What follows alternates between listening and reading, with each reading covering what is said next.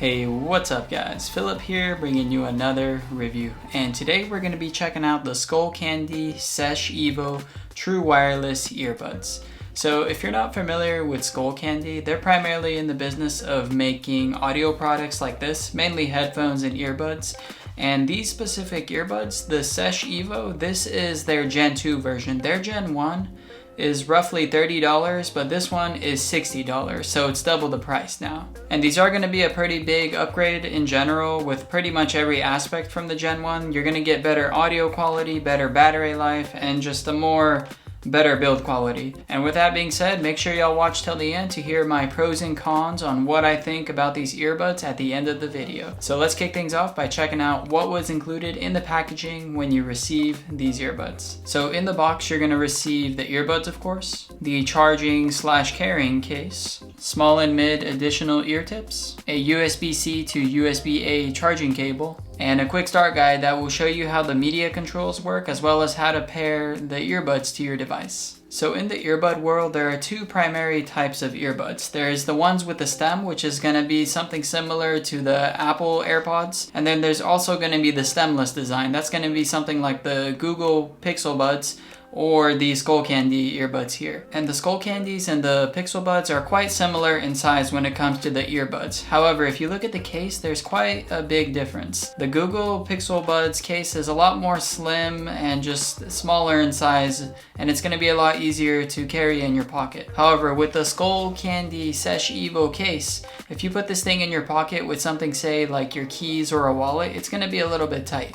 So now a little bit on the build quality of these earbuds.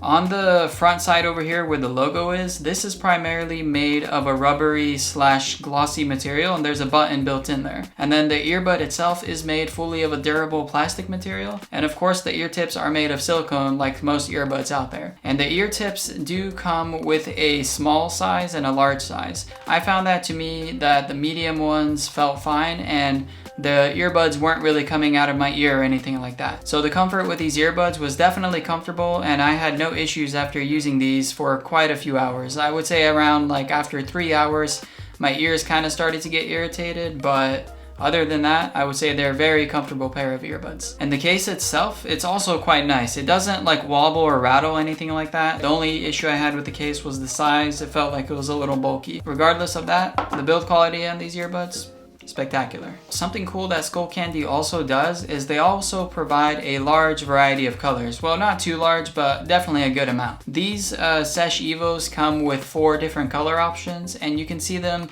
on the screen here. And if you want to check these out, I'm going to leave a link down in the description pointing to Amazon, and you can check out which colors you're interested in. So now let's talk a bit about some of the features that these earbuds have to offer. And starting off with the listening modes, you're going to have 3 different modes. You're going to have music mode, movie mode, and podcasting mode. Each mode is going to change the characteristics of the sound a little bit. It's going to be kind of like an EQ shift. And I personally found that the movie mode was the best, but you're more than welcome to play with it to see what sounds best for you. And then the audio quality was also fairly good. I found that the mids and the highs were probably better than the bass, which is a little bit unusual. Typically, Skullcandy is known for creating more mid and bassy sounds, but for some reason with these, I found that the highs sounded better than the bass. If you're coming from something like the AirPods or the Google Pixel Buds or something like really high end, you're gonna notice that these do sound a little bit lower in sound quality, but that's because you're kind of comparing something high end to something low end.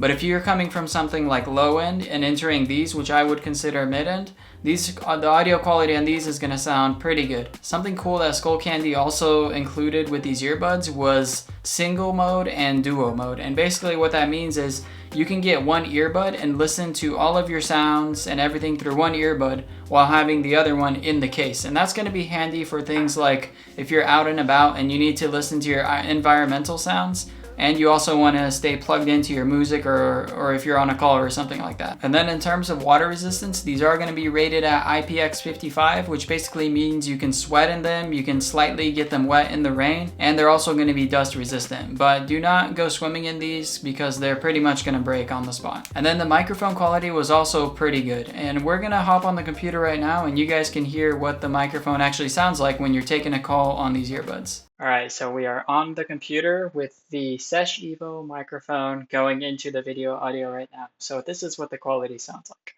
Testing 1, 2, 3. Testing 1, 2, 3.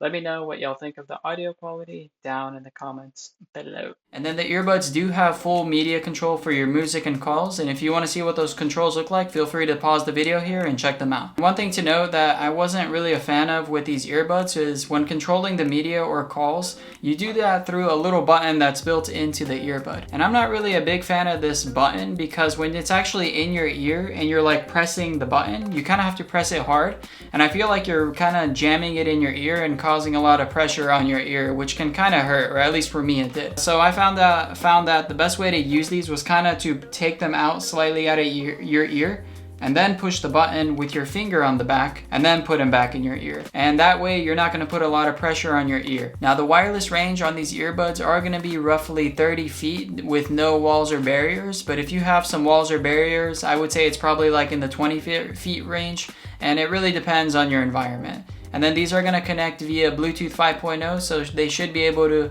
connect with all of the latest devices that you have. And if you by any chance happen to lose these earbuds, they do have a tile-app integration, which basically lets you find these earbuds anywhere via GPS. So all you do is install the tile app, connect these earbuds with the tile app, and boom, you can find these pretty much anywhere at any time. Now a little bit on the battery life. The earbuds are going to last you 5 hours when they're fully charged, and the case is going to give you 19 hours of juice, which is going to give you 24 hours in total with the earbuds plus the case. And then the recharge time is going to be pretty cool. They have this thing called rapid charging, which basically means that if you charge these for 10 minutes, it's going to give you 2 hours of use time. So now that we covered these earbuds, are they worth picking up? Well, we're going to talk about some of my pros and cons, and starting with the cons. And the first con I had was that the bass was a little bit weak with these, which is really not a normal thing for Skullcandy to do. The mids and the highs were good, but the bass, it could be a little bit better. And then the other thing that I wasn't a fan of with these earbuds was this button here.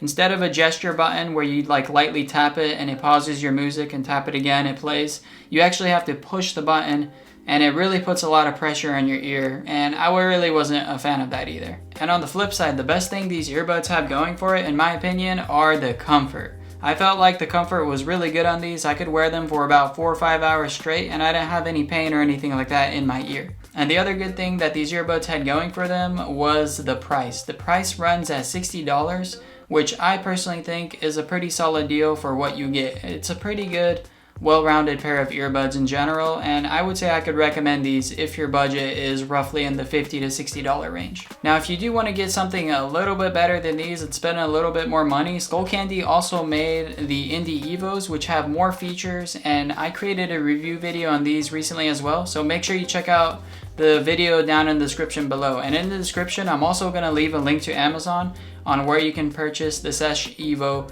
earbuds. And with that being said, if you want to stay in the loop on what's happening in the tech world, make sure you click that subscribe button and I'll keep you up to date. Don't forget to like this video and leave your comments down below. See you next time.